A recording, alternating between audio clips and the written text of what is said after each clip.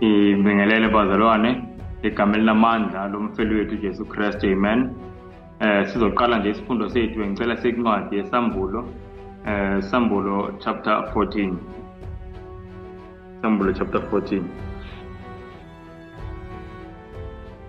Kuncwadi yesambulo chapter 14 kunomcabango nje engifisa sifunde ngawo lapha kuverse 7. Kula izifundo ezidlulile bese kuverse 6 no7 sikhuluma nje ngemessage uNkulunkulu asithume yona ukuthi siyishumayele, kodwa la kuncwadi yesambulo chapter 14 irepresentwa ingilosi yokuqala. Sezwe leyo nje ile message esijwayele ukuthi isigijimi sengilosi yokuqala noma imessage yengilosi yokuqala. Nawusafunda ngokuthi kusho ukuthini kwesaba uNkulunkulu. Ngesikhathi sifunda ukwesaba uNkulunkulu safunda ukuthi ukwesaba uNkulunkulu ukuthi ungakhohleli lutho kuye uNkulunkulu. Njengoba mawufunda incwadi kaGenesis chapter 22, uNkulunkulu yasho ku-Abraham uthi manje sengiyazi ukuthi yamesaba uJehova, lokhu ungakhohlanga indodana yakho ukuphela kwayo kimi. Siyayibona lelo bazalwane.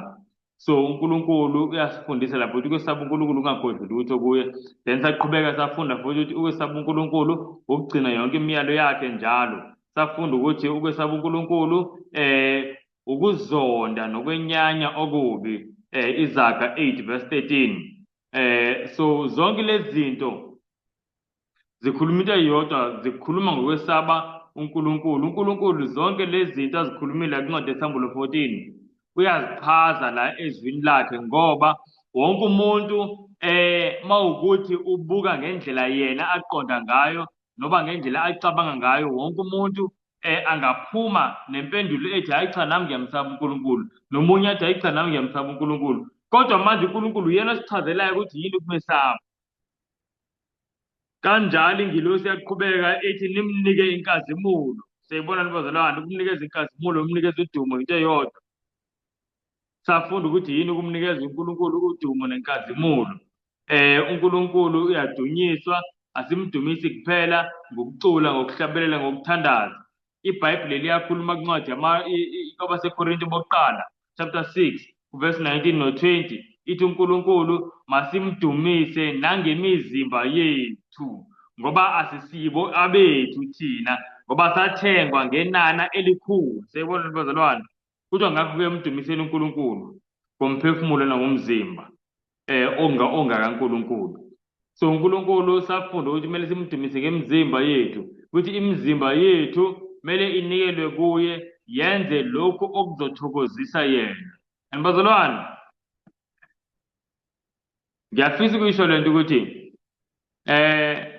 singabantu siphila la emhlabeni, akukho okungasisiza njengokuthi sinikele ukuphila kwethu ngokuphelele kuye uJesu.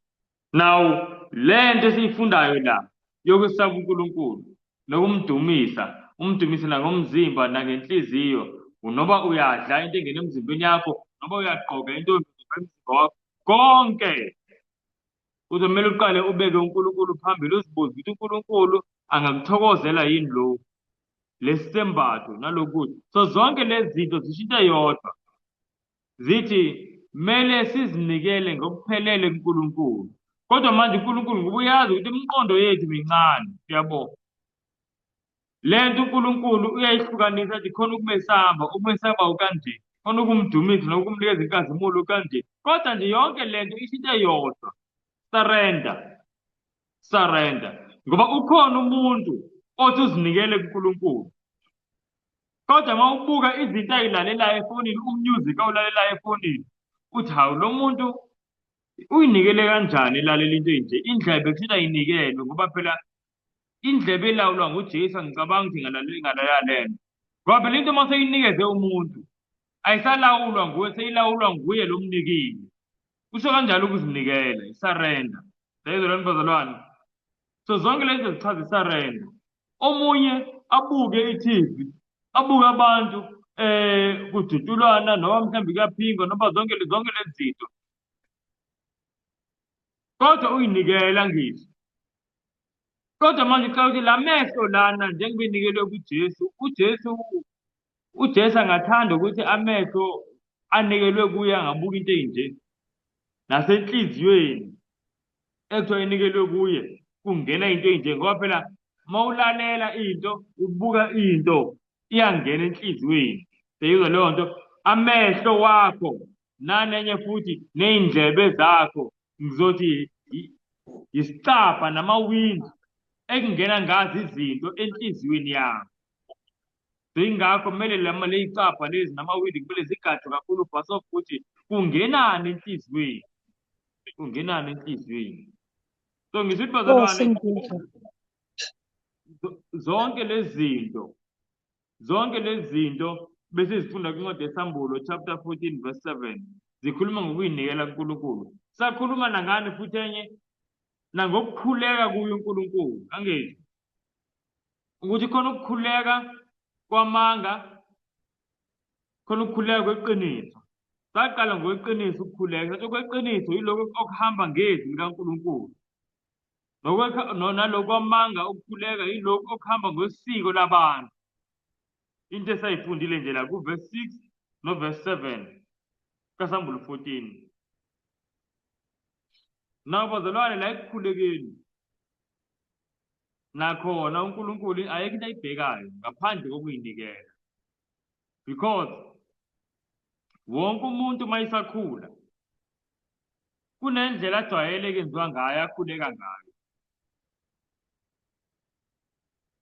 Indlela umuntu akhuliswe ngayo kusenokwenzeka ukuthi akuyona indlela ehambelana neqiniso likaNkulunkulu, kodwa uNkulunkulu ngoba umuntu akanalo ulwazi, kodwa lo muntu uyamlangazelela uNkulunkulu, umkhonza ngaleyo ndlela acabanga ngayo, uNkulunkulu akwamukele lokho. But ukuzinikela kusho ukuthi mase ufundile iqiniso lezwi likaNkulunkulu, kumele impilo yakho ihambe ngokweqiniso likabani? Lezwi likaNkulunkulu. Ungabe usaqhubeki ngendlela yobaba noma indlela yomama, but manje umuntu ongazinikele uzothi eyicha ngiyalizwa iqiniso lithi, kodwa akulula ukuthi ngishintshe. So ngiyaphinda, I am just repeating the same thing, ukuthi zonke lezi zinto ezila kuverse 7, ukwesaba uNkulunkulu,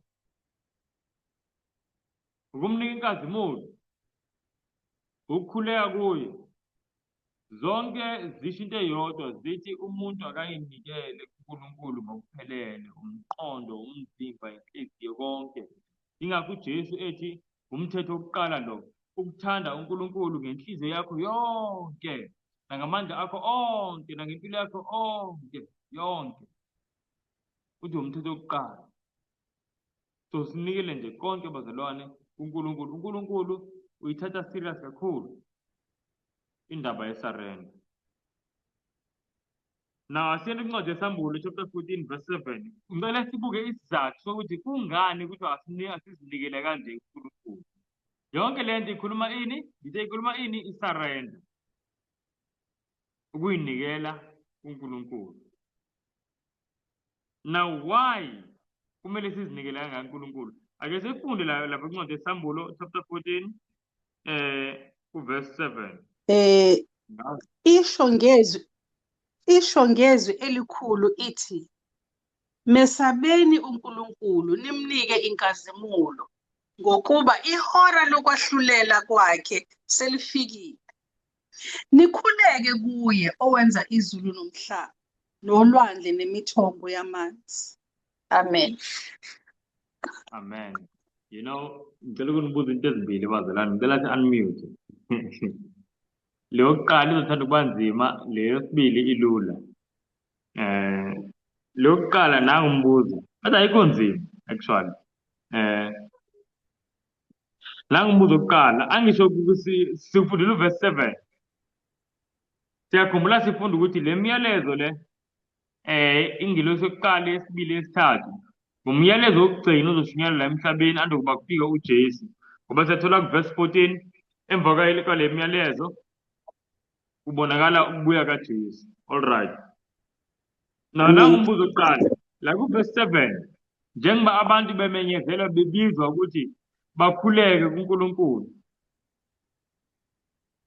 Kuthiwa bakhuleke kuye owenza izulu nomhlaba nolwandle nemithombo yamanzi. Na umbuzo nangu. Eliphi ivesi eBhayibhelini elicishe lifane naleli vesi, kakhulukazi le ndawo engiqeda kuyifunda nje?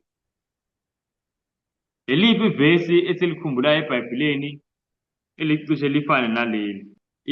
Ngisabuza nisacabanga bazalwane, ngangicela impendulo khona into engizoyisho. Sasikufundile lokhu ngesikhathi siqala ukufunda incwadi yesambulo, introduction, ukuthi ukuze siqonde kakhulukazi incwadi yesambulo kumele sifunde iBhayibheli lonke, kakhulukazi iTestament elidala, ngoba incwadi yesambulo ingxenye yayo enkulu yicaphulo nje ezisuka kwiTestament elidala. Kukhotshwa amavesi lapha kwiTestament elidala, kukhotshwa amavesi kwiTestament elidala, incwadi zo-Isaya, incwadi zo-Ezekiel, kanjalo kanjalo. Lenza nje isibonelo, uma ufunda incwadi ka-Ezekiel chapter 1, phinde ufunda incwadi ka-Ezekiel chapter 10, uzothola incwadi kaSambulo chapter 4. Uyayibona leyo nto? Chapter 4, ukuze uqonde kumele ufunde no-Ezekiel 1 no-10. So kanjalo kanjalo, uma ufunda incwadi kaSambulo chapter 13, uzobona ukuthi hawu, kuvela lokhu bekuvele kwincwadi kaDaniel chapter 7. Uyayibona leyo nto? So kukhothwe kaningi kwiTestament elidala la kwincwadi yesambulo. Now abantu ama-theologian, kodwa nami njengoba ngiyifunde incwadi yesambulo kaningi, ngiyabona kwincwadi yesambulo ivesi elithathe kakhulu kunawo wonke amavesi la kwincwadi yesambulo, elithathe kakhulu noma elicaphune kakhulu kwiTestament elidala, yilo leli uverse 7. Manje umbuzo wami uthi licaphune kweliphi ivesi kwiTestament elidala leli vesi uverse 7, kakhulukazi le ngxenye bengiqeda kuyifunda? Asihambeni bazalwane siye kwiTestament elidala khona engifuna siyibone. Exodus 20 verse 11. Yebo, Exodus chapter 20 verse 11. Sikhumbule ukuthi lapha lela vesi besilifunda kwisambulo likhuluma ngani? Ngokukhuleka kuNkulunkulu, angithi? Now buka ivesi uJohane uMambule acaphune kulo mayikhuluma ngokukhuleka kuNkulunkulu kuyinsuku zokugcina. Buka ivesi acaphune kulo, athathe kulona isicaphuno mayikhuluma ngokukhuleka kuNkulunkulu, bese ubona ukuthi yini ayinayo emqondweni ephefumulelwe nguMoya Oyingcwele. Exodus 20 verse 11. Ngokuba ngezinsuku eziyisithupha uJehova wenza izulu nomhlaba nolwandle nakho konke okukukho, waphumula ngosuku lwesikhombisa. Ngalokho uJehova walubusisa usuku lweSabatha walungcolisa. Bheka lo bazalwane, siyabona ukuthi uJehova wenza ini? Izulu nomhlaba nolwandle nakho konke kulo. Exactly lento esiyifunda lapha kwincwadi yesambulo 14 verse 7 ithi nikhuleke kuye owenza izulu nomhlaba nolwandle nemithombo yamanzi. Siyayikhumbula lento bazalwane? Amen. So siyabuka ukuthi la uJohane uMambule lekugcineni incwadi yesambulo mayikhuluma ngokukhuleka, ucaphuna lapha kwimiyalo kaNkulunkulu, uveza ukuthi ukukhuleka kweqiniso ukukhuleka okuhambelana nemiyalo kaNkulunkulu. And then okungathi bekunganele ukuthi acaphune la kuma-10 commandments, wacaphuna kulo myalo wesine, ngoba la sifuna khona uverse 11 malithi ngokuba ngey'nsuku eziyisithupha uNkulunkulu wadala izulu nomhlaba kanjalo kanjalo. Kulo myalo wesine wesabatha othi khumbula umhla wesabatha olungcolile. Siyabona lento bazalwane? So kungani uJohane enza lokhu? Yingoba uyazi njengoba kuyisiprofethi lesi ukuthi ngey'nsuku zokugcina abantu bazobe bethi bayakhuleka kuNkulunkulu, but basukile kumyalo kaNkulunkulu. And basukile kakhulukazi kumyalo kaNkulunkulu oyisabatha likaNkulunkulu. Njengoba siphila ey'nsukwini la kuthiwa umyalo kaNkulunkulu wesabatha umyalo wamaJuda. Kodwa uma ufunda isizathu sokuthi kungani kumele sigcine isabatha, kodwa kungoba uJehova ngezinsuku eziyisithupha wadala izulu nomhlaba nani nani. Seyizwa bazalwane, akasho ukuthi hayi ngokuba ngey'nsuku ezithile wadala amaJuda. Ilanga lesabatha lihlangane kanje nendalo, creation, elisikhumbuza indalo ukuthi nangu umdali odale yonke le ndalo esiyibukayo. And noNkulunkulu uyazi ukuthi makukhulekwa kuye bazalwane, uNkulunkulu makukhulekwa kuye, uyazi ukuthi makukhulekwa kuye uNkulunkulu bazalwane, kukhulekwa ngoba engumdala. Ake sibukeni, asenincwadi yesambulo, senincwadi yesambulo chapter 4. Okay. Incwadi yesambulo chapter 4 verse 11. Isambulo 4 verse 11 kufundeka kanje. Ufanele wena Nkosi yethu uNkulunkulu wethu ukwamukela inkazimulo nodumo namandla, ngokuba nguwena owadala izinto zonke, nangenxa yentando yakho zaba khona zadalwa. Amen. Siyezwa lento bazalwane, kuthiwa uNkulunkulu isizathu sokuthi kungani efanelwe udumo nenkazimulo zonke lezi zithiwa kuverse 14 asimnikeze udumo nenkazimulo kanjalo kanjalo. Kuthiwa isizathu lana sokuthi waye kumfanele konke lokhu yingoba uNkulunkulu wadala. Now isabatha liyimark futhi liyi-reminder yokuthi uNkulunkulu ungumdali. Yazwakala bazalwane? So that is why uSathane elwe nesabatha. USathane into ayifuna yi-worship. Funa i-worship uSathane. Nayo into yamkhipha ezulwini ufuna i-worship.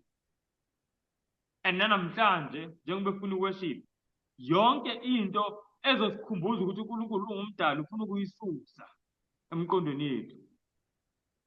Kube sekungene kuphela lokhu thina esikufisayo njengabantu ukuthi kungene. Sizenzele ukuthanda kwethu. So bengifuna sikubone lokho. Ngiyarepeata ngithi bazalwane, Isambulo 14 verse 7. Lokho kuthiwa mesabeni uNkulunkulu nimnike inkazimulo nikhuleke kuye. Konke summary yakho kuthiwa zinikeleni kuNkulunkulu. Ukunikela konke impilo yakho yonke, umkhonza uNkulunkulu ngendlela athi ufuna ukukhonzwa ngayo, ngokwezi lakhe, hayi ngokwentando yakho, hayi ngokukhuliswa ngabazali bakho, hayi ngokuthi imajority yenzani. Uyabona leyo nto bazalwane? Kodwa ngokwezi lakhe.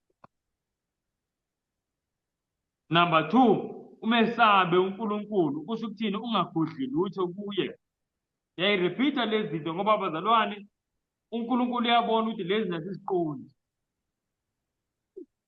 Singakhohlwi kulutho kuye, siyigcine imiyalo yakhe. Futhi sizonde ukubi, sinyanye ukubi. Singathi uNkulunkulu siyamthanda kodwa sibe sithanda futhi nokubi. So uNkulunkulu uyafisa ukuthi sinikele imizimba yethu, imnike inkazimulo. Njengoba ethi umpostoli Pawuli, mdumiseni uNkulunkulu nangemizimba yenu ethengiwe ngenani eliphezulu. So konke lokhu, it is about surrender. I hope it's clear. Now, sengithe ukukhuluma ningi, nganididisa kancane kuleli vesi besilifunda, uSambulo 14 verse 7.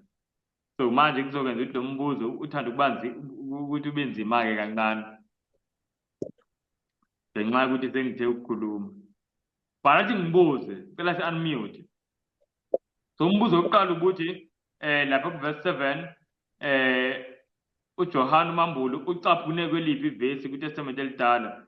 Sathola ukuthi ucaphune kuleli vesi lomyalo wesine wesabatha. Ngoba njengoba ebizela abantu bakhuleke kuNkulunkulu, kakhulukazi into uNkulunkulu ebefisa ukuthi ingene emqondweni yethu umthetho wakhe. Yingakho noma ufunda la kuncwadi yeSambulo chapter 14 verse 12, makukhulunywa ngabantu abazonqoba uphawu lwesilo ukuthi naku ukubekezela kwabangcwele, labo abagcina imiyalo kaNkulunkulu nani nokukholwa nguJesu.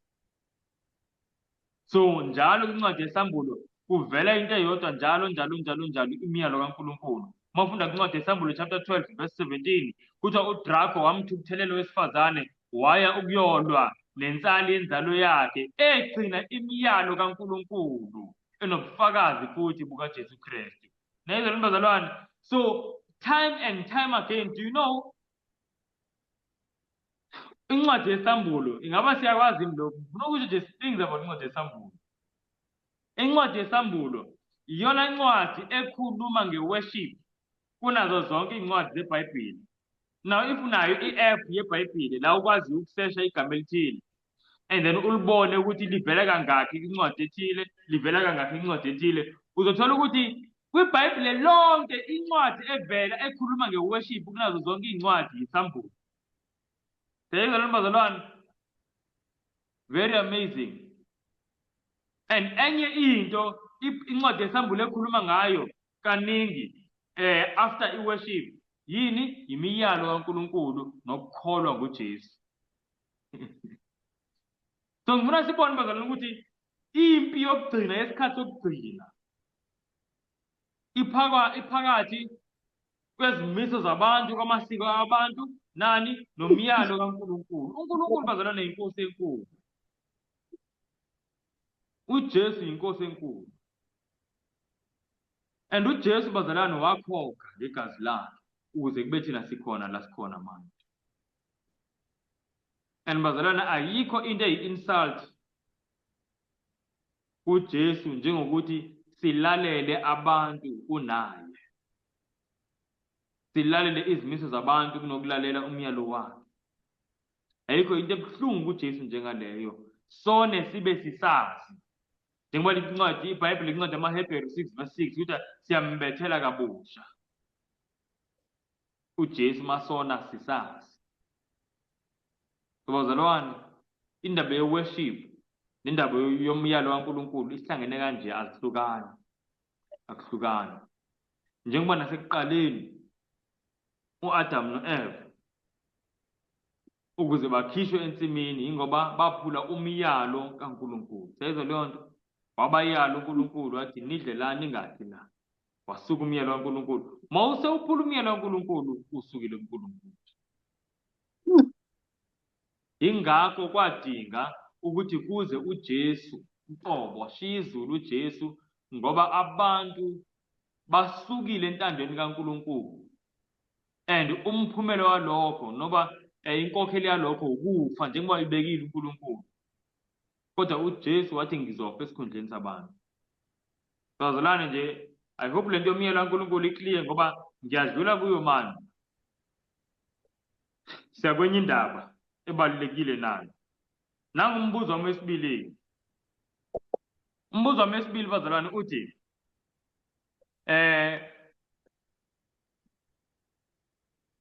isizathu sokuthi sesaba uNkulunkulu simnikeze inkazimulo sikhuleke kuyo sithini la kwincwadi yesambulo? Esiphi isizathu? What is the reason esinikeziwe ukuthi kungani simele simnikeze uNkulunkulu inkazimulo sikhuleke kuye simesaba?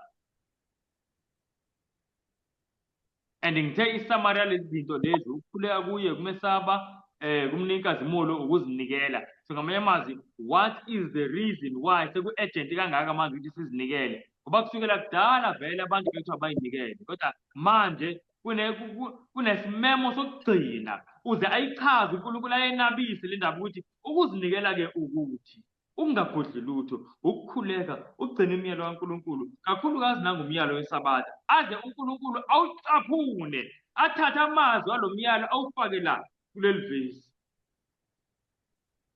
Manje ngibuza mina isizathu, what is the reason according to the verse, kuthiwa kungani kumele sizinikele kuNkulunkulu bazalwane? Yazi ngizoze nginikeze answer.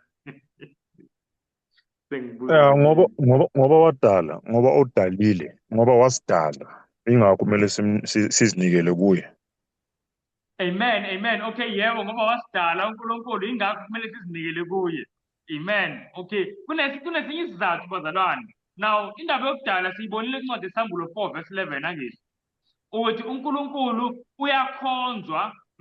Ukhonzelwana uNkulunkulu? Siyamkhonza ngoba uye wadala. Futhi likhona linye ivesi Psalms chapter 95 ikhuluma into eyodwa. Siyamkhonza ngoba wasidala. But kunesinye isizathu esikuncede Sambulo 14. Ngifuna sifunde ivesi. What is the reason according to Sambulo 14 verse 7? Why kumele sizinikele kuNkulunkulu ngokuthi simesabe, simnike inkazimulo, sikhuleke kuye. Isizathu.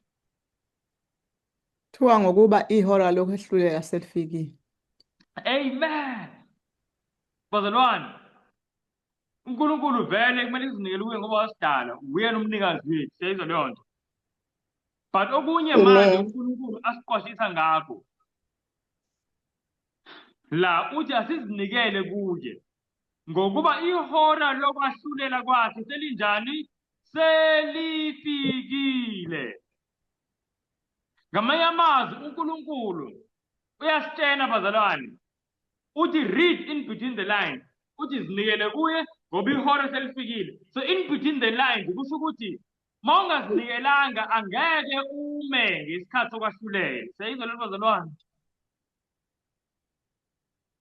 Mawungazinikelanga angeke ume ngesikhathi sokwahlulela. So into efunekayo, into edingekayo kulesikhathi sokwahlulela ukuthi izinikele. Now ngizofunda into esike siyifunde kuyifundo ezidlulile. La makukhulunywa ngehora lokwahlulela kaNkulunkulu akushiwo la ukuthi ihora lokwahlulela kwakhe seliyeza, kodwa selifikile. Ngamanye amazwi ihora lokwahlulela kwaNkulunkulu liyaqala ezulwini kusashunyayelwa ivangeli engabuya uJesu. Kuyazwakala bazalwane? Ngoba lo umyalezo phela ukuthi abantu abaguquke, abayinikele. Ngokuba ihora selifikile, hayi ukuthi seliyeza seliseduze, selifikile. So ihora lokwahlulela kaNkulunkulu leli vesi liyaveza ukuthi liyaqala uJesu engakabuyi. Lisashunyayelwa ivangeli, sekuyaqala manje ukwahlulela, kuyahlala. Now yinto leyo abantu abaningi abangayazi. Sizofunda amavesi ambalwa. Angizukugxila kuyakhulu le ndaba ngoba angisakhumuli. Yangazi nezikhathi ukuthi kangaki siyifunda la kule ifundo le ndaba yokwahlulela. But kakhulukazi ngifuna sibone ukuthi ihlangane kanjani nendaba yokuyinikela. Ila ngifuna khona. But asiqale nje sibuke, sizofunda two things namhlanje. Ukuthi ihora laNkulunkulu lokwahlulela kwakhe liyaqala, ivangeli lisashunyayelwa, umusa usavuliwe, but already ukwahlulela sekuhleli ezulwini. Sekuyaqala. Siyayizwa lona bazalwane? Okwesibili esizofunda namhlanje ukuthi ukwahlulela lokhu kuhlangane kanjani nokuzinikela. Kungani sekune-agency engaka ukuthi kumele sizinikele? Aze uNkulunkulu ayichaze, asichazele ngathi siyizingane, athi mawuyinikela-ke wenza kanje. Ngoba uNkulunkulu uyabuka. Njengoba lithi iBhayibheli amehlo kaNkulunkulu azula umhlaba wonke, salazi lo vesi angisho. Mawufunda kwiKronike, 2 Chronicles chapter 16 kuverse 8 lithi iBhayibheli amehlo kaNkulunkulu ayabuka, azula umhlaba wonke uyabuka. So uNkulunkulu ayikho into angayiboni. uNkulunkulu uyabuka. Uyabona abantu bathi bazinikele kodwa bayinikele. So sobuka-ke lapho ukuthi why manje seku-agent kangaka ukuzinikela njengoba sekukhulunywa ngendaba yokwahlulela. All right, asiqale ngale point yokuqala-ke indaba yokwahlulela. Sibuka ukuthi ukwahlulela kuyaqala ezulwini, kodwa libe ivangeli lisashunyayelwa la emhlabeni. Omunye umuntu ethi awu kanjani? Sobona ukwahlulela-ke lokhu. Asihambeni asemincwadi Sambulo 22. Sambulo 22. Sofunda verse 12. Lifundeka kanje, Isambulo 22 uverse 12 ufundeka kanje. Bheka ngiyeza masinyane, nomvuzo wami unami ukumnika yilowo nalowo njengomsebenzi wakhe. Amen. Siyayizwa bazalwane. Now lana uJesu uthi yeza masinyane. And then uthi mayeza uphethe ini uJesu? Umvuzo, angisho. Yeah. Now uthi umvuzo mayinikeza abantu umvuzo uthi uzonikeza yilowo nalowo njengani njengokwemisebenzi Njengomsebenzi yakhe. yakhe. So uJesu mayeza akazange kuzohlola imisebenzi uzonikeza umvuzo. Siyayizwa lento bazalwane. Mm. So Mm. kodwa manje imivuzo wonke umuntu umvuzo uthola ngokuhambelana nomsebenzi wakhe. Kusho ukuthi Amen. imisebenzi kumele ayihlole uJesu engakayizi la emhlabeni, kuyazwakala. Ngoba mayize la uze nomvuzo. Umvuzo wabantu abenze okuhle yini? Ukuphila okuphakade. Abantu babethola ukuphila okuphakade bazokuthola nini? Makukhala icilongo ngokuphazima kweso kuzobe kushesha. Makukhala icilongo izwi lomnikazi wokuphila lizobabiza abantu lithi vukani vukani vukani. Ulwandle nenhlabathi yonke into kuzodedela abantu bakaNkulunkulu abafa befela kuJesu. Ngokuphazima kweso labo bantu labo bavuka sebembathiswe imizimba emisha. Umvuzo lowo. Now uJesu uthi umvuzo awunikeza kumuntu uhambelana nomsebenzi womuntu. Kazwakalani bazalwane? Amen. Mm. Nawu bazalwane, I see. nawu bazalwane. Engikushoyo mina ukuthi uma ngabe uJesu uza nomvuzo la emhlabeni and immediately uJesu esehla idabula isibhakabhaka sithola imivuzo yethu. Kusho ukuthi uhlola imisebenzi yethu kumele kwenzeke phambi ukuthi uJesu abuye. Nasi isibonelo engivela ukusenza. Uthisha mayinabafundi. Nabo abafundi babhalile i-exam. Mabeqeda kubhala i-exam abafundi wathatha amaphepha uthisha collector. And then athi ngiyeza Monday ngiyeza ngizonikeza ochocolate nojuice kuwo wonke umuntu othole i-distinction othole u-80 and above. Ngibeke kanjalo. Kule test seyizwa leyo nto ngiza nomvuzo Monday ekuseni nje masifika qala isikolo class Monday into yokuqala engininikeze yona ngumvuzo. Lokhu kumele kuzitshene i-students abafundi kumele kubatshele ukuthi uthisha amaphepha uzobe ewamaka nini, not ngoMonday but before uMonday. Kuyazwakala bazalwane? Why? Ngoba Monday uthe uza nomvuzo. So ingakho ngisho ukuthi-ke uJesu imisebenzi yethu sonke uyayihlola, uyayibuka, ayibukisise before eze la emhlabeni. I hope lokho kukliye bazalwane. Yilokho kwahlulela okusuke kuthiwa kuqalile ezulwini. Ukwahlulela kukabili bazalwane. Kunokwahlulela mawuye enkantolo angisho kunokwahlulela lokhu ukuthi kuphenywe izincwadi. La ezincwadini kubekwe kunomfakazi kunomthetho okuthiwa uphulile. Then kube nomfakazi and then zonke lezi then kube nommeli futhi. Sayizwa leyo nto. Now already leyo i-judgment. That is i-judgment scene. Mawusekhotha i-judgment scene. Yingxenye ye-judgment leyo. And then kube nenye i-judgment yesibili manje kuthiwa yi-executive judgment. La umanje i-judge seyikunikeza manje umvuzo noma ngizothi isijeziso sakho noma seyikhipha i-verdict. Kuyazwakala bazalwane? So kuqale kuhlalwe kuqala kubeke umthetho la, kubeke ubufakazi la, kubeke mhlambe ngisho nabantu ama-witnesses abofakazi, khona ubufakazi nabofakazi. Bese kuba khona nommeli wakho nihleli laphaya. Ngisho noma kuthiwa uyisimuma ukwazi ukukhuluma uzokhulunyelwa ngummeli wakho. Seyibona leyo nto. So that is the first part of judgment. Then the second part yilo ukuthi uNkulunkulu akunikeze ini umvuzo wakho. Now le part le yokuhlola imisebenzi yiyo le part le uNkulunkulu akhuluma ngayo incwadi yeSambulo. 14 verse 7 mayethi mesabeni uNkulunkulu nimnikeze inkazimulo ngokuba ihora lokwahlulela kwakhe selifikile. Lokhu kwahlulela okukhulunywa ngakho isambulo chapter 14 verse 7 okuqalwa sisaphila kanje. Osekuqalile usisaphila kanje. Okwenzeka umusa usavuliwe.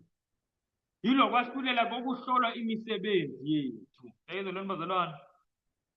But lokhu kwesentence okomvuzo yilokhu okwenzeka uJesu maseyehla ngama.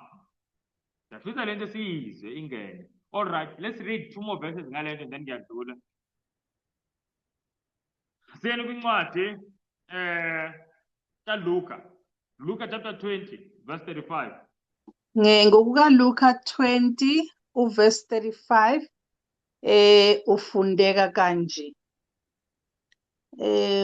Kepha labo abazokuthiwa bafanele ukufinyelela kuleyo nkathi nasekuvukeni kwabafileyo kabaganwa kabendiswa.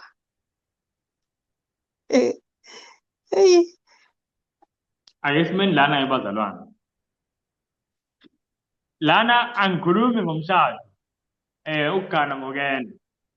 Kodwa into esikhuluma ngayo sikhumbula ukuthi yini ukwahlulela ngisho. Ukuthi kunokwahlulela okwenzakalayo. Phambi ukuthi uJesu abuye. Lokhu kokuhlola imisebenzi. Because uJesu umuntu umnikeza umvuzo ngomsebenzi wakhe. Now, ngicela siliphinde ivesi, the first part. Siliphinde ivesi. Yebo. Kepha labo abazokuthiwa bafanele ukufinyelela kuleyo nkathi nasekuvukeni kwabafileyo kabaganwa kabendiswa. Amen. Amen. Now, kuthiwa ithi lana ivesi labo ekuzothiwa bafanele ukufinyelela noba ukuthola lo mhlaba. Lana ikhuluma ngomhlaba omusha. To obtain that wealth, ukufinyelela kuleyo nkathi ekuvukeni. Kuleyo nkathi nasekuvukeni kwabafileyo. Kuthiwa abagana futhi abendiswa.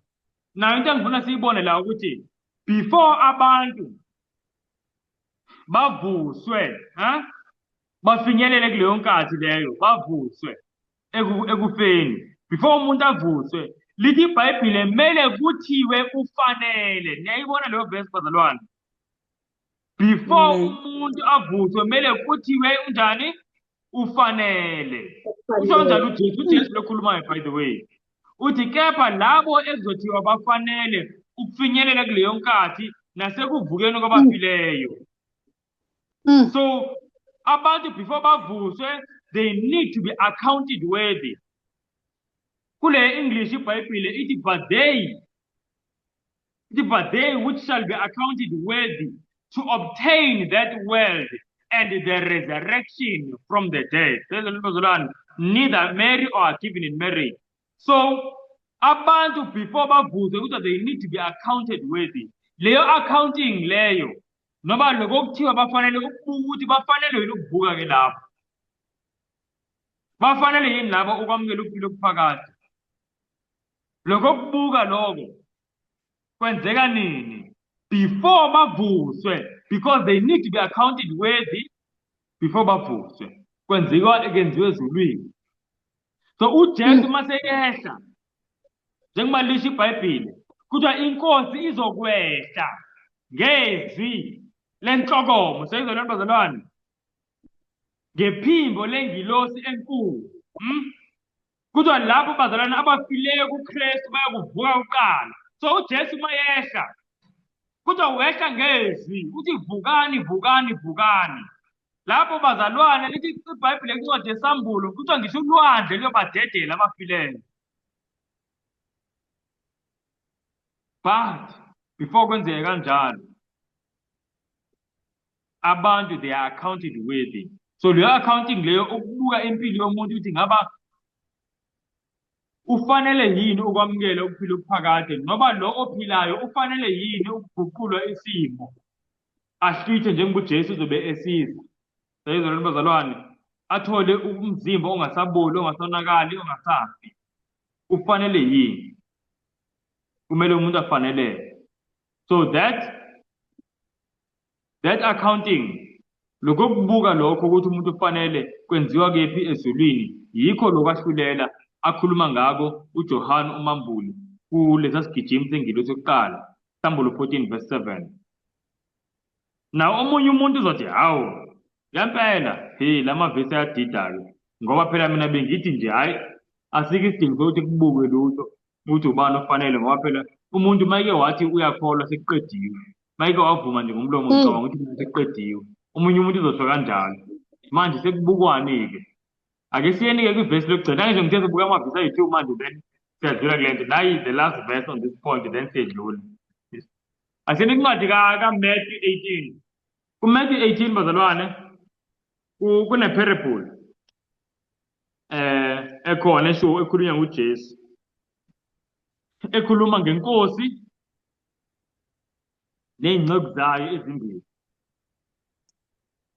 Now le nkosi yayiyisicebi, iyisicebi nje le nkosi, shuthi yayiziboleka iy'nceku zayo imali angazi, shuthi nje kukhona some arrangement ekanjalo. Kodwa kunenceku yayikweleta inkosi imali enkulu engakwazi ukuyikhokha le nceku.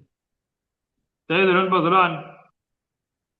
Nayo yalandwa le nceku ukuthi ayikhokhe le mali. Asike sibukeni-ke manje la kuverse 26 noverse 27. Asiyifunda yonke nje, sifunda part because yinde. Fundeni uverse 26 noverse 27. NgokukaMateyu 18 verse 26 and verse 27 kufundeka kanje. Ngalokho inceku yawa phansi yakhuleka kuyo yathi, ake ungibekezelele, ngiza kukukhokhela konke. Inkosi yaleyo nceku inesihe, yayikhulula, yayithethelela icala. Amen. Amen. Ngicela siwumakhe uverse 27. Kuthiwa inkosi inesihe, yayikhulula, yayithethelela icala. Nayizwa loo nto bazalwane? Amen. Lo muntu lo uthole intethelelo. Njengoba nathi masivuma ngomlomo amacala ethu, sivuma nokuthi uJesu uyinkosi nomsindisi, nokuthi wafa efela izono zethu, siyathethelelwa amacala. Njengoba lithembisile iBhayibheli lithi uma uzivuma izono, siyibona leyo nto, kuthiwa wethembekile yena futhi ulungile ukusithethelela. 1 John 1:9. Now nale nceku nayo yathola-ke leso sithembiso, yathethelelwa icala la kuverse 27. But lithi iBhayibheli ake siqhubeke nalo, mhlawumbe siqhubeke nalo. Kepha kwathi isiphuma leyo nceku yafumana enye yezinceku ezikanye nayo enecala kuyo lawo denariyo abayikhulu. Yayibamba, yayiklinya, yathi khokha icala lakho. Yo. Verse 29. Khona inceku ekanye nayo iyawa phansi, yayincenga yathi, ake ungibekezelele, ngiza kukhokhela. Kepha ayivumanga, kodwa yahamba yayifaka etilongweni ize ilikhokhe lelo cala. Amen. Ake qhubeka nalo. Izinceku ezikanye nayo zathi ukubona okwenzekileyo zadabuka kakhulu, zaya zabika enkosini yazo konke okwenzekileyo. Khona inkosi yayo yayibiza yathi kuyo, nceku embi, lonke lelo cala ngikuthethelele lona ngokuba wangincela. Ungayihawukelanga yini inceku ekanye nawe, njengoba nami ngikuhawukele na? Inkosi yayo yathukuthela, yayinikela kubaphathi betilongo ize ikhokhe lonke icala layo. Kanjalo naye uBaba osezulwini uyakwenza kini uma ningathetheleli ngezinhliziyo zenu, kube yilona lowo umfowabo. Amen. Amen. Yabazalwane, bengithe asimakhe kunamavesi awu-3 ngifisa siwamakhe la. Siyayizwa lona bazalwane? uverse 27 kumele siwumakhe, bese kuba uverse 34, bese kuba uverse 35. Uverse 27 uthi inceku ithole intethelelo. Uverse 34 uveza into eyisimanga abantu abaningi abangayazi. Inceku iyaphucwa intethelelo ebiyitholile. Kuyazwakala bazalwane? Ngoba phela manje inkosi iyabuka ithi awule nceku ngiyenzele umusa. Kodwa emva kokuthi yenzelwe umusa umngaka, ayiphili yona njengomuntu owenzelwe umusa. Uyafika-ke manje umnikazi ndawo, inkosi yaleyo ndawo iyawuphuca lo musa, ithi cha bengikuthethelele ngithi awuzudinga ukukhokha lutho, uzohamba ngiyakukhulula nje kuleli cala ubunayo. Kodwa naku verse 34 inkosi iyalibuyisa leli cala ngenxa yendlela ebephila ngayo lo emva kokuthi seyithethelele. Kuyazwakala bazalwane? Abese isithi uJesu uverse 35 uthi nobaba uzokwenza kanjalo. Nobaba wenza kanjalo. Ubaba uyathethelela. Ubaba uyathethelela. Kodwa emva kokuthi sewuthethelelwe ungaphili njengomuntu othethelele. Ubuyele wena kwimpilo yakho yakudala. Wenze lokhu nalokhuya. Ubaba uyayiphuca intethelelo yakhe. Angazi noma seyizolweni bazalwane. Ngifisa lento ukuthi icace. Ngoba ngake ngalalela eradiyweni ngiyakhumbula ngaleso sikhathi ngisahlala eThekwini. So kwakungena yini kambe le yayidlala lapha. Ngangilalela eradiyweni semsebenzini. Good news. Good News FM. Now lapha Good News kwakhona omunye umfundisi owaziwayo wayikhuluma, what is this man's name? Not Billy Graham. Kenneth Copeland. Kenneth Copeland uyakhuluma-ke, bambuza umbuzo. Kuthiwa umuntu maseke wamvuma uJesu njengenkosi nomsindisi, kodwa bese wabuyela empilweni nje yokungazani noNkulunkulu, waphuza, wafeba, wathini, waphila nje leyo mpilo, washona ekuleyo mpilo. Ingaba kuzokwenza kanjani kuye? Ngabe uyongena ezulwini noma uthini? Umbuzo nje ucacile, straight kanje. Wathi ngiyakhumbula indlela aqala ngayo uKenneth Copeland wathi, "Oh, come on now. God doesn't want you to live like that." Wachaza ukuthi uNkulunkulu akafisi siphile kanjalo. Kodwa-ke makwenzekile uphile kanjalo, wathi the gifts of God are without repentance. uNkulunkulu njengoba usuke seyikuthethelelile, ukuthethelelile futhi seyingane yombuso, noma ungaphila kanjani after sewuvume uJesu, amukela uJesu, kodwa izulu ikhaya lakho yongena ezulwini. Ngabuka. Hey. Yeah. Ngabuka. Ngalalela ngabuka. Ngathi ubheke. Abantu bayalahleka ngenxa yokuswela ulwazi. iBhayibheli lana lithi uNkulunkulu nayo indlela azokwenza ngayo.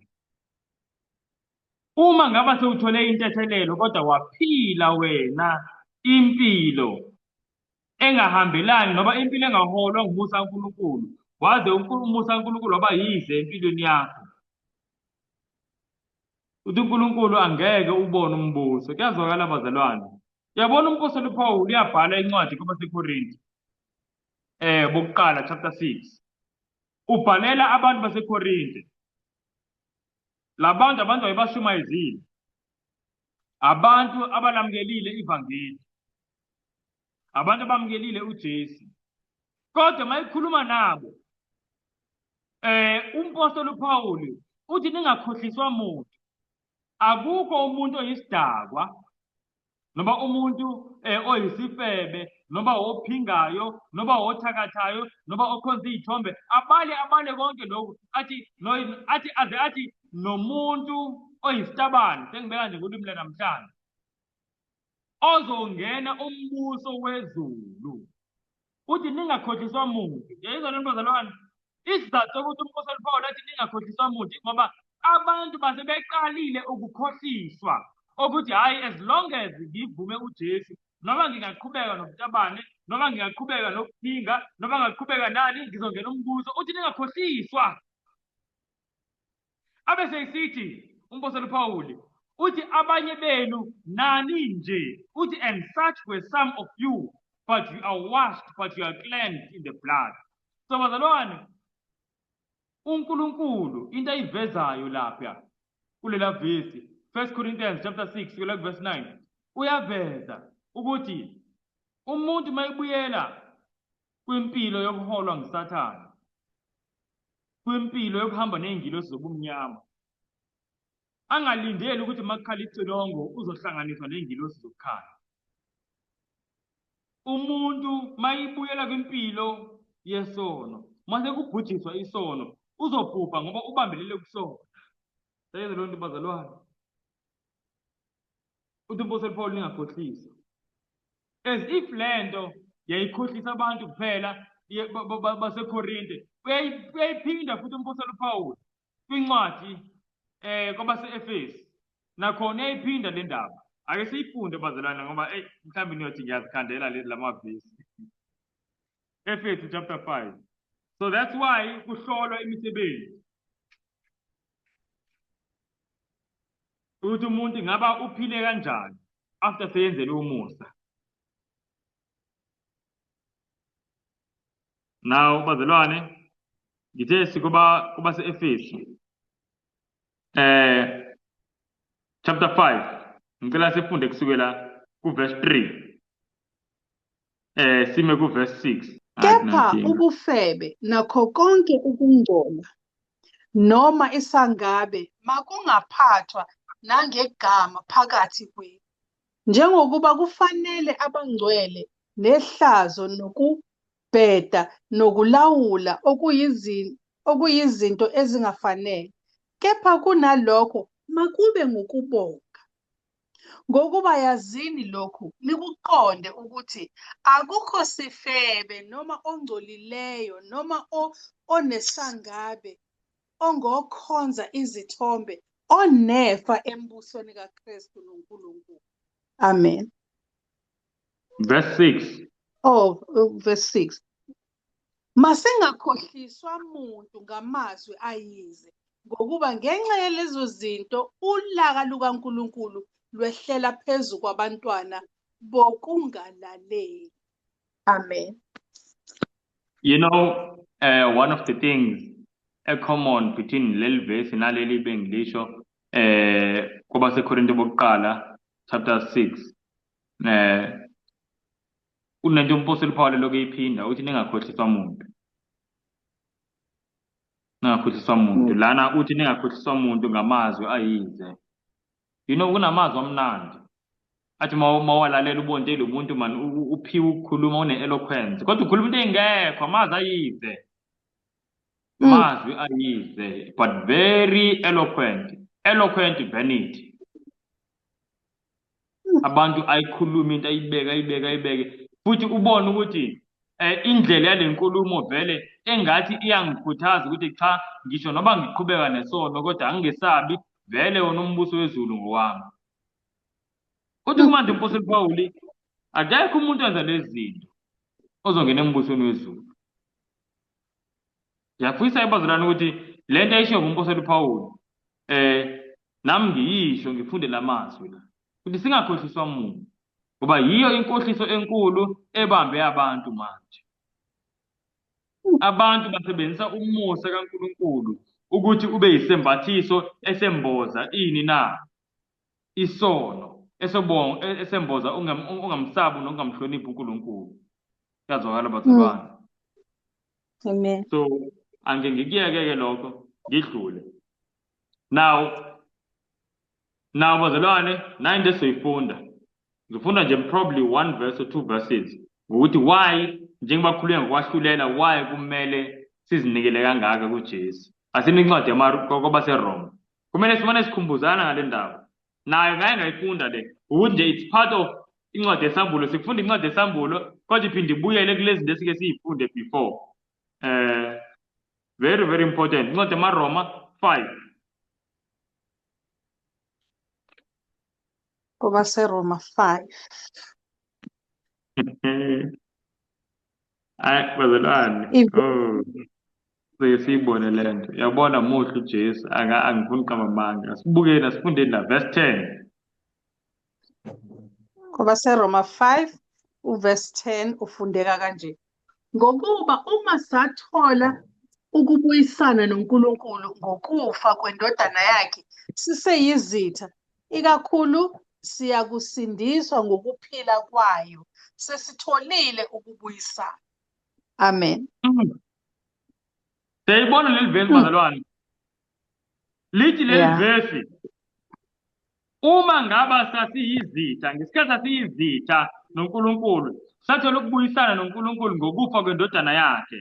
Kuthiwa sesikutholile ukubuyisana, kuthiwa siyakusindiswa ngokuphila kwayo indodana. Kuyazwakala bazalwane? Mm. Now, ivesi leli abantu angavamile balifunde ngoba abantu abaningi bazi ukuthi sisindiswa ngokufa kaJesu. But nali iBhayibheli lesichazela ukuthi asisindiswa ngokufa kaJesu, sithola ukubuyisana noNkulunkulu ngokufa kaJesu, kodwa sisindiswa ngokuphila kaJesu. Now, isho ukuthini le nto? Isho ukuthini le nto? Isho ukuthini le nto bazalwane? Le nto mhlawumbe ngiyichaze kanje ukuze sihambe kahle sonke kancane kancane. Ukufa kaJesu kusinikeza ukubuyisana noNkulunkulu, kubese kusindise ekufeni. Sayizwa leyo nto? Ngamanye amazwi, njengoba sonile bekumele ngaba siyafa. Abese uJesu afe esikhundleni sethu. Kuyazwakala bazalwane? Lokhu kufana nokuthi ubunethikithi, unamathikithi amaningi awukwazi kwakhokha. Bese kufika umuntu akukhokhele. Siyayibona leyo nto, sekuthiwa hayi uzongena ejele ngenxa yalamathikithi. Akhokhe icala lakho, lokhu kufana nalokho kwenza uJesu. Khokhe icala lethu. So in a sense ukusindisile ukuthi ungangeni ejele. Kodwa lokhu akusho ukuthi njengoba manje seyikhokhele lamathikithi mhlambe emehlweni wamaphoyisa sewuzobukeka ngathi cha umuntu nje omuhle ongakaze uphule i-speed limit. Ayizwa leyo nto? But lana ke manje ukuthi uJesu more than ukusindisa from ukufa ngokufa kwakhe. But uJesu ukuthi asosindiswa ngokuphila kwakhe. Yini esindiswa kuye ngokuphila kaJesu? Simple bazalwane. Into esiyitholayo ngokuphila kaJesu ukuphila okuphakade. uJesu njengoba ephilile la emhlabeni, waphila impilo engenasono. uJesu uphile lempilo okumele ngaba sonke siyayiphila mawukuthi sifisa ukuzuza ukuphila okuphakade. Umuntu mayefuna ukuphila okuphakade, kumele angabi nasono ngisho nesodwa. Kuyazwakala bazalwane? Ake ngibuze, ukuze uAdam noEva balahlekelwe ngumbuso, zingaki izono abazenza? Sono esisodwa, balahlekelwa ukuphila okuphakade ngesono esisodwa. Yingakho ngithi ukuze uthole ukuphila okuphakade, kumele empilweni yakho ube umuntu ongenasono, not even one. Kusukela esukeni ozalwa ngalo uze uyoshona, ukuze uthole wena ukuphila okuphakade.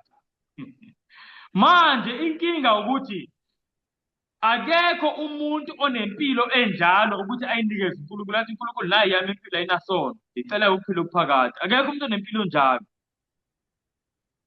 Okusho ukuthi ukuze sithole ukuphila okuphakade sonke kumele sisinde ngempilo kaJesu. Yingakho-ke masizinikela kuJesu, nayi exchange yenzakalayo. Nayi exchange yenzakalayo. Mawunikela ukuphila kwakho okungcolile kuJesu, uJesu ukunikeza ukuphila kwakhe yena okumsulwa. Sayizwa lona bazalwane? I hope sisonke. uJesu ukunikeza ukuphila kwakhe. So mawunikela yena ngokuphila kwakho, uJesu ukunikeza ukuphila kwakhe, kuze kuthi makuqhamuka igama lakho libizwa phezulu ezulwini ekwahlulelweni, kuthiwa ake sike sibuke ukuthi nangu uSindi, impilo yakhe injani. kuthiwe mawukuthi uzinikele kuJesu, impilo yakhe icashiswe impilo kaJesu. Esikhundleni sokuthi kuvele konke ukungcola wake wakwenza kusukela ebusheni bakhe kuze kube manje, kuvela konke ukulunga okwenziwa ngubani? KuJesu. Ngoba yena impilo yakhe icashe kuJesu. Kazwakala bazalwane.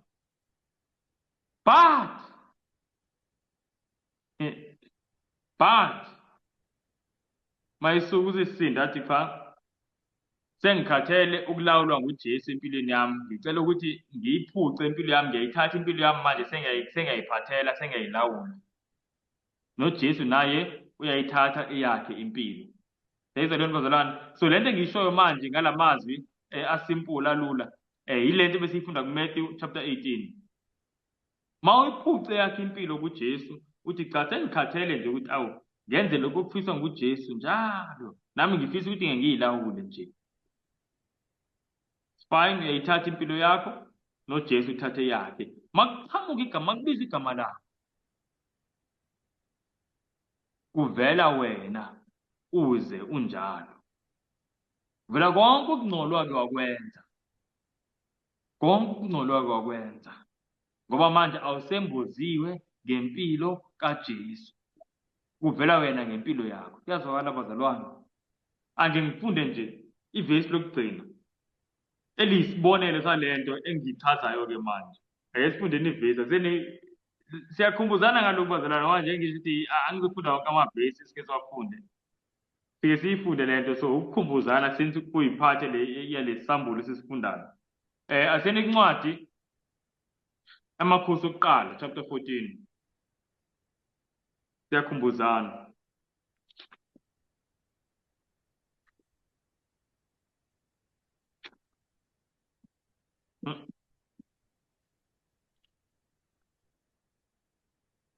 Now, like kuMakhosi okuqala chapter 14, ngicela sifunde uverse 7. So like verse 7 sigcine kuverse 8. Ngiyayithanda le ndawo kakhulu ngoba ikhuluma ngoDavide, umuntu sonke esimaziyo. Ingakho ngithanda ukuveza njalo leli vesi. Makhosi okuqala 14 verse 7 to 8. Let's sifunde.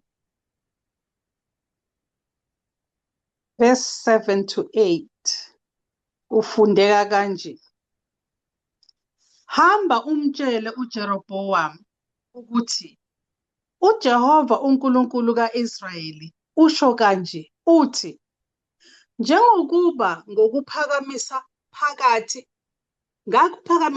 kwabantu, ngakubeka ube ngumbusi wabantu bami u-Israyeli, ngawuhlwitha umbuso endlini kaDavide, ngawunika wena, kepha awubanga njengenceku yami uDavide owagcina imiyalo yami nowangilandela ngayo yonke inhliziyo yakhe ukwenza okulungile emehlweni ami kuphela. Ngiyakhumbula the first time ngifunda leli vesi bazalwane, nginitshela ukuthi kunegama ngaze ngaya kwiBhayibheli lesiHebheru ngiyobheka ukuthi ngempela leli gama lilotshiwe kodwa ngempela. Lapha uNkulunkulu ethi inceku yakhe uDavide wenza okuhle phambi kwamehlo akhe kuphela. Nayizwa leyo nto. Ngangiyobheka leli gama elilodwa elithi kuphela, only. Ngafika likhona. Naw ngazibuza, yazi ngahlala kuleli vesi ngathi uNkulunkulu usho kanjani uDavide wenza okuhle kuphela.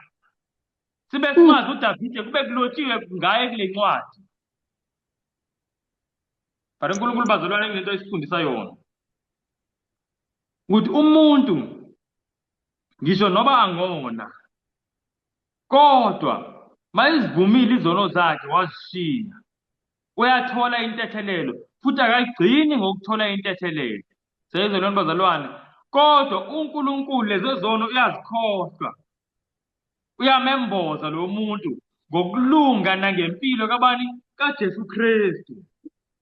So uNkulunkulu lana njengoba ekhuluma ngoDavide, ukhuluma ngoDavide sekunesikhathi eside uDavide eshonile la njengoba sifunda la. Mawufunda kuMakhosi okuqala uDavide usheshe ashone nje kula chapter okuqala. Uyashona uDavide lapha. Uthi ufika nje ku-chapter 3 kuSolomon seyizoba inkosi. Seyiyothandaza. uDavide seyiqeda kushona-ke lapho. So manje siku-chapter 14. Sekudlule iminyaka sekuze kwashona ngisho ubani noSolomon seyishonile la. Sekubusa manje indodana kaSolomon uRehobhowam. Sekubusa neJerobhowamu lo okuyena wayephethe enye ingxenye yombuso waseSirayeli. Davide kade washona. So uNkulunkulu lana usinikeza imicabango yakhe ngoDavide oseyishonile. Ukuze sibe nesiqiniseko ukuthi uDavide uzoyazi. Siyamazi uDavide wakwabulala umuntu, wakwathatha inkosikazi yomuntu, wake ngenxa yokuphakama wathi akubalwa abantu, wakwaqamba amanga. Ziningi esizaziyo ngoDavide, kodwa uthi uNkulunkulu uDavide inceku yakhe wenze okuhle emehlweni akhe kuphela. Why uNkulunkulu esho kanjalo? It's because uDavide before ashone zonke lezo zono ayizenzile uDavide wazishiya one by one. uNkulunkulu uma imtshela ukuthi nguwe le ndoda. Yakhumbula ethathe unkosikazi kaUriya. Kwafika umprofeti wathi ayikunendoda eyathatha imvu yenye indoda. Wathi masesithi yilo ndoda kumele ibulawe kodwa nguwe le ndoda. Akayiphakamisanga athi lo mprofeti angidelela azongitshela kanje. Seyize lo bazalwane washawa nginembeza. Abese wakhuleka. Wathi uNkulunkulu isono sami sihlezi phambi kwami. Cela udale kimi inhliziyo entsha. Cela ungithethelele amacala ami. Cela intethelelo eyithoba phambi kaJehova. Now ngenxa yokwenza lokho bazalwane, uNkulunkulu wamemboza impilo kaJesu. Davide. Ingakho uNkulunkulu uthi mayibuka manje uDavide ubona umuntu owenze okuhle kuphela. Uyedwa umuntu emhlabeni. Kumhlaba wonke. Uyedwa umuntu oke enze okuhle kuphela phambi kwamehlo kaNkulunkulu uJesu. iBhayibheli kwincwadi yamaRoma chapter 3 uverse 10 ithi akekho olungile, akekho ngisho noyedwa. Seyizo leyo nto there is none righteous, no not one. Akho ngisho oyedwa olungile ngaphandle kaJesu. So uNkulunkulu mayethi uDavide la ulungile wenze okuhle kuphela. Ubona impilo kaJesu ekuyiyona eyemboze uDavide yamsindisa. Bazalwane, this is the exchange eyenzeka esiphambanweni sikhathi uJesu efa ethi baba ungishiyeleni. Ingoba ubaba wathi mayibuka uJesu wabona mina nawe nezono zethu. Wabona ububi bomhlaba wonke kusukela ekuqaleni kuze kube sekugcineni. And uNkulunkulu ongazwani nobubi wamflathela uJesu, wakhala uJesu athi baba ungishiyeleni. Ngoba ubaba wasengasaboni indodana yakhe. Njengoba lithi iBhayibheli uNkulunkulu wamenza uJesu ukuthi abe yisono. uJesu wasengasesona, wayengamenzanga ukuthi abe yisoni, wamenza ukuthi abe yisono uqobo ngenxa yethu. Ukuze uNkulunkulu akwazi ukuthi mayibuka thina abone uJesu. Kodwa lokho bazalwane kwenzeka only umuntu mayezinikele impilo yakhe kuJesu. Mase uyiphuca impilo yakho uthi ngikhathele ukuphila ngilawulwa nguJesu. NoJesu ayiphuca impilo yakhe. Kuyazwakala bazalwane, I hope this is clear. Akusho ukuthi lokho umuntu ongumKristu mayizinikele kuJesu akazi ukwenza amaphutha. But uJesu njengoba okwahlulela kuphakathi kwakhe noBaba, uyakwazi ukubona ukuthi lo muntu iphutha leli. Lo muntu akasukanga kimi. And nomuntu nazi ngempela atholakala ezolivuma icala futhi eyisola ngento ayenzile. Nako uJesu ambone nengilosi ziyafakaza ukuthi lo muntu ngempela eyisola ngalento, uyishiyile lento. Hayi umuntu ophilayo esonweni. Ingathi iBhayibheli lithi umuntu olungile uwaka isikhombisa kodwa aphinda avuke. Sayizwa bazalwane, ngamanye amazwi uyakhubeka avuke. Akahlali esonweni. Umuntu kaNkulunkulu akahlali esonweni. But manje kule nsuku umusa walezi nsuku lezi kuyakhethwa abantu ebabandleni ukuthi hayi lo uzoba ngomdala, uzoba ngumholi webandla. Kube kaziwa kanti ukuthi lo baba lo uhleli nomama ngesiyo unkosikazi wakhe. Lo muntu akenzanga phutha, uhleli esonweni. And bazalwane lokho angifuni ukunikhohlisa. Akusiluthando lolo, akusiwumusa lowo. Lobo ubula, lobo ubusathane.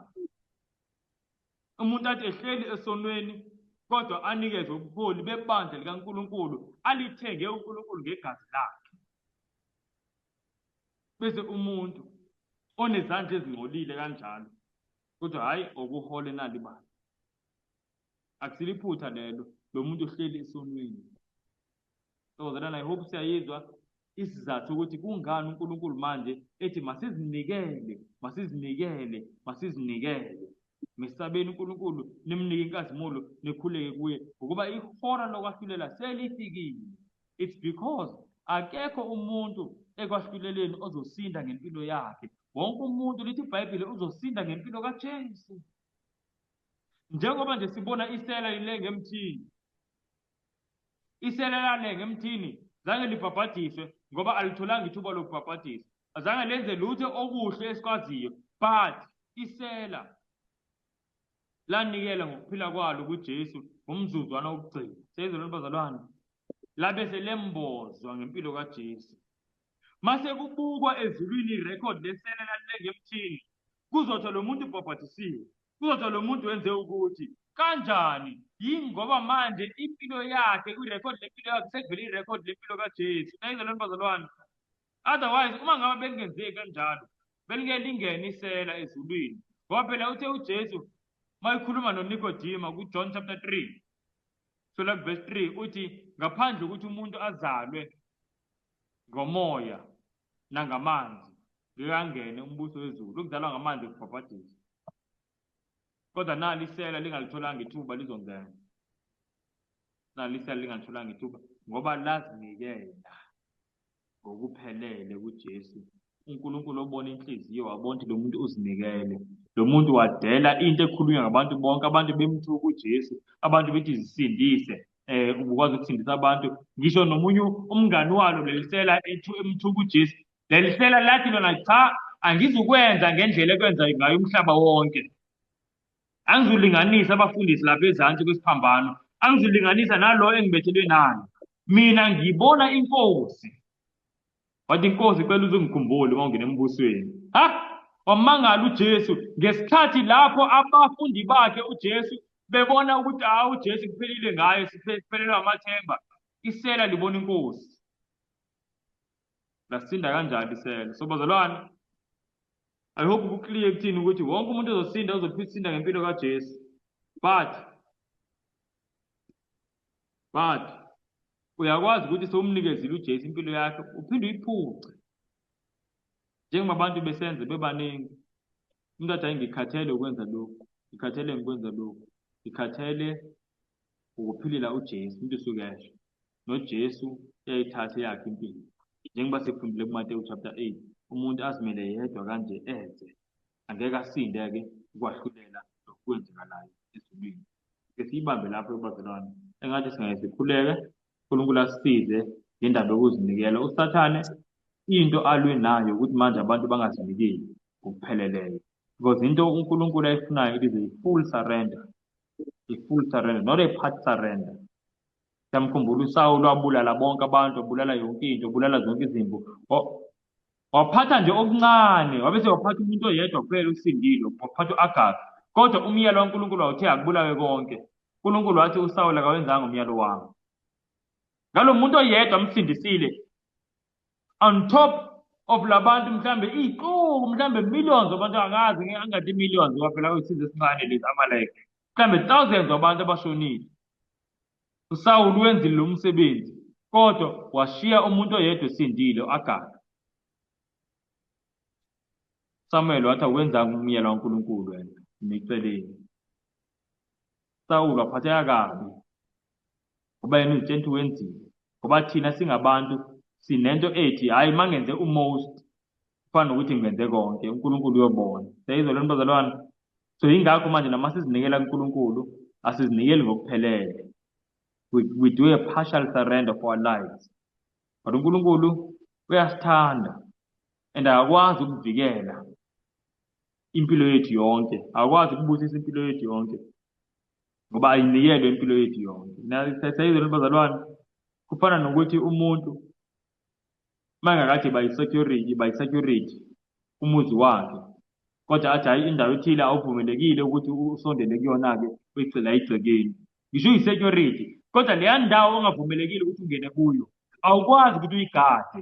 Singangena isigebengu senze into esiyifunayo ngoba awukwazi ukuyigada indawo ongayinikelwanga.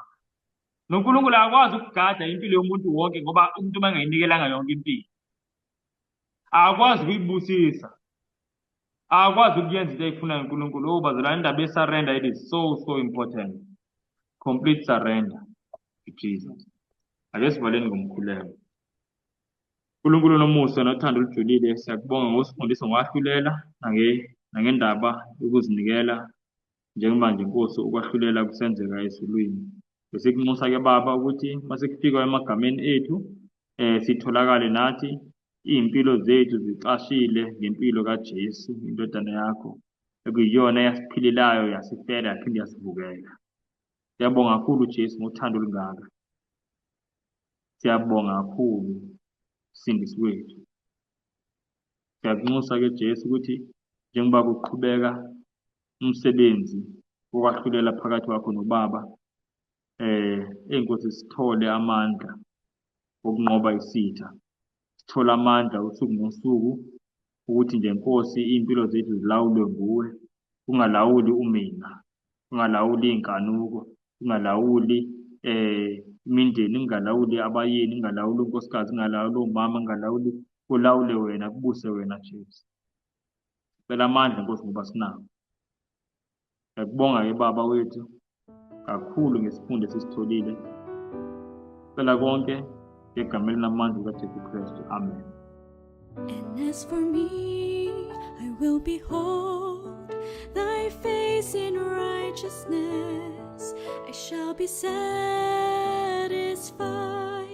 when I awake with thy likeness. I want to be just